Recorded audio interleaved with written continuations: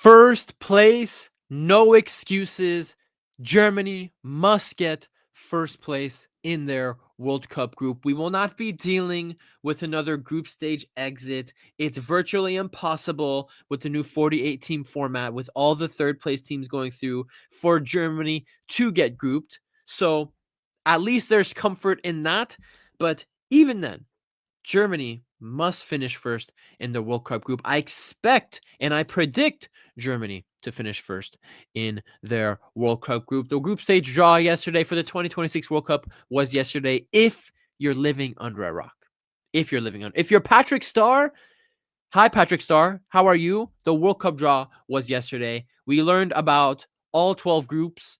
I'm not going to go through all 12 groups today. We're going to focus on Germany's group. You guys know I'm a Germany super fan. I know everything. I know everything about the team. I know what's best for the team when the team doesn't know what's best for them. All right? So we're going to break down Germany's group in the World Cup next summer. They drew with Ecuador, Ivory Coast, and Curacao. We're going to break it down right now, but I'll tell you right away. I'm expecting first place in the group. And I'm not trying to be disrespectful to the other teams in the group. We'll talk about it right now, but I am expecting first for Germany here. I am. So we're going to look at the group, talk about the games, and we're going to go through just really quickly at the end what the lineup, how I would line Germany up at the World Cup next summer. So let's get into it. Let's not waste time. This is the group: Curacao, Ecuador, Germany, Ivory Coast. Now, the order of the games is Curacao first. So Germany will open up the World Cup with a game in Curacao. And with all due disrespect, Curacao is only at this World Cup because of the 48 team expansion, because Mexico, Canada, and USA were automatically qualified. That's the only reason why they're at this tournament. They're not a good team. They respect to them for getting to this stage. Big for them, huge. But that's it. They're just one of these teams here to have fun. They're one of these teams where they're just happy to be here. And if Germany is serious, which I do think we are, I do think people overestimate how bad Germany is. Germany will lose one game and people will say we're in a crisis. We lost to Slovakia in World Cup qualifying. I understand that. But we won the rest of the group games and we ended up qualifying with ease at the end, getting revenge on Slovakia 6-0 in the key match on the final day. So that's why I'm so confident. I think people really overblow. People really don't understand the level of this Germany team. I don't blame them, but it is a little confusing when you saw last summer at the 2024 Euros, Germany was just as good as Spain, which is why that quarterfinal match was so tight. Germany, footballing wise, went toe-to-toe with Spain that tournament. So they're a great team when everyone is fit. And we haven't been able to see, especially in World Cup qualifying, due to injuries, we haven't been able to see Germany with their full force starting 11 since March of this year. We haven't seen a full-strength Germany for the basically entirety of 2025. And they're still getting those wins. They still had good games against France and Portugal in that whole Nations League thing, right? Sure, they lost to Slovakia, but we rebounded. So we're going to destroy Curacao. No excuses. No excuses. And then the second game of the group for Germany will be against Ecuador. Now, this is the team I'm the most fearful of. Ivory Coast, will get to them, but Ecuador is the team I probably have the most respect for in this group in terms of what they can do to us. This Ecuador team, they don't lose, but they don't win. So that's why it's a little tricky when talking about this game, especially since we're 6 months out. Who knows? There could be injuries. Players can be in and out of form. But just looking on it on surface value, recent results for both teams, Ecuador is just they draw. They draw. They're a hard team to score against. And when you do score, they will get one back. They're one of these teams that refuses to lose. And in World Cups, that's an asset. So just speaking on Ecuador a little, if Ecuador, who they probably will advance out into the round of 32, I would be more scared for people. I would be more scared for teams outside of this group, because once Ecuador gets out of here and goes to that knockout round of 32, round of 16, playing a team that is difficult to just outright beat, Not in terms of like, oh, footballing ability. This team, Ecuador, they just defend so well. They have Pacho Hincapié in the back. Yeah, they have the monster Moises Caicedo in the midfield. Once these guys get out of this group and get unleashed into the knockout stages, I'm more scared for the rest of the competition. We get to play these guys in the groups where it's not single elimination. So I'm actually pretty happy with this. The rest of the competition should be scared. Anyone who has any prospects of playing Ecuador in the knockout rounds should be scared. But in the group stage game here, Germany, Ecuador, I think this will be a draw. I think we'll get a win against Curacao. I think this will be a draw against Ecuador. It's a profile of team that is not necessarily foreign to this Germany team. This German team has played against some of those brute force bully teams in Europe. For example, very physical team in Northern Ireland in their World Cup qualifying group.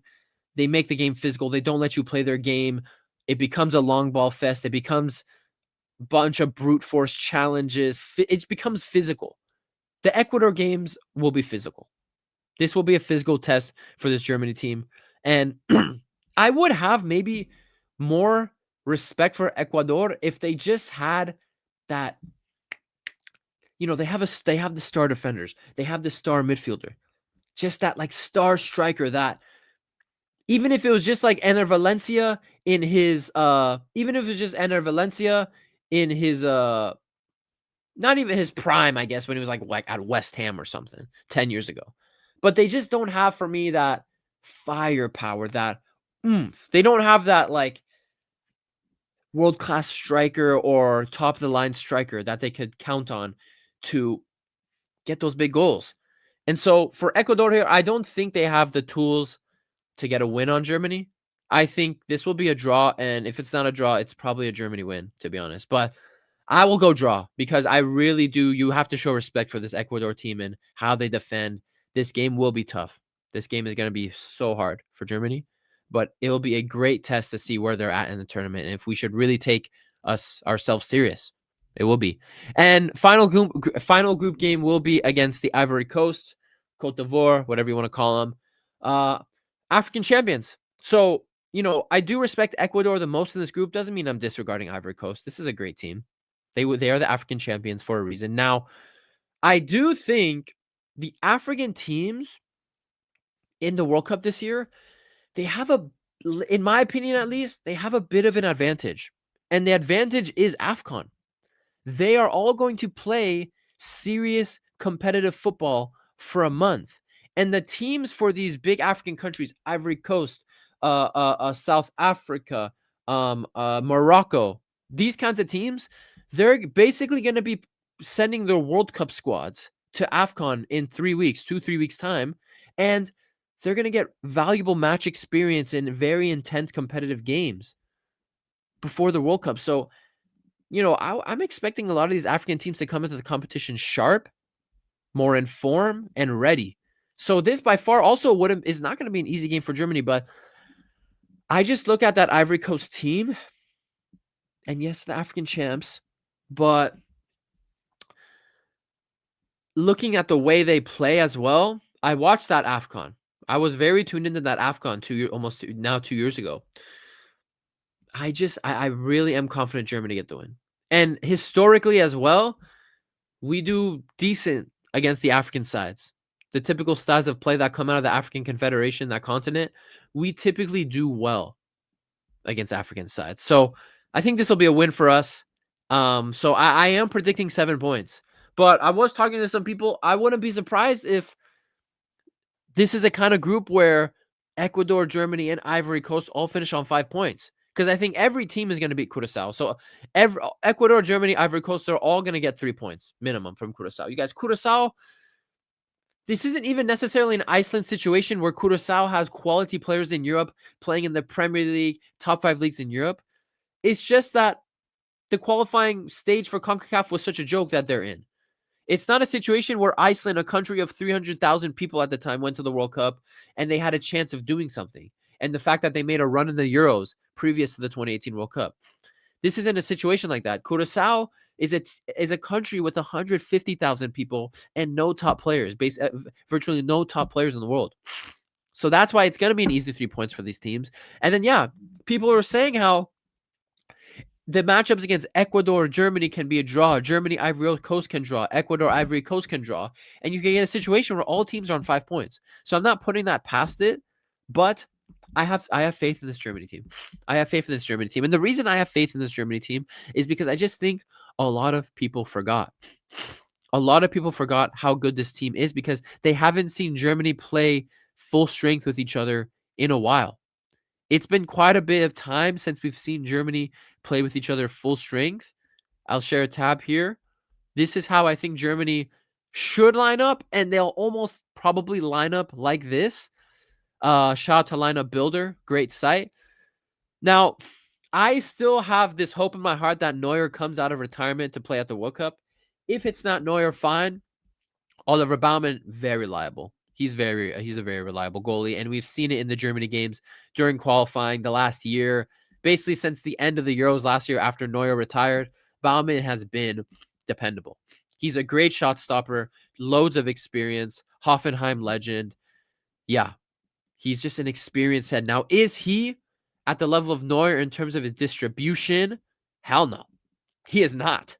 But in terms of shot stopping, is he at Neuer's level? No, but he's still very good. It's when you're compared to Neuer, you're not going to be good at anything compared. You're not going to be better at anything compared to Neuer. So he's still a great goalie. I think people don't know about him, and we'll see. Oh, Baumann is even good. Bundesliga fans and German national team fans will tell you Baumann is a quality goalie. He is dependable, and I have faith in him if he ends up being the starting goalie for Germany. You have a great backline. I think a lot of people underrate this backline. Joshua Kimmich, everyone knows how good he is. Nico Schlotterbeck. We'll get to Rudiger. There's question marks there. We'll get to Nico Schlotterbeck. David Raum.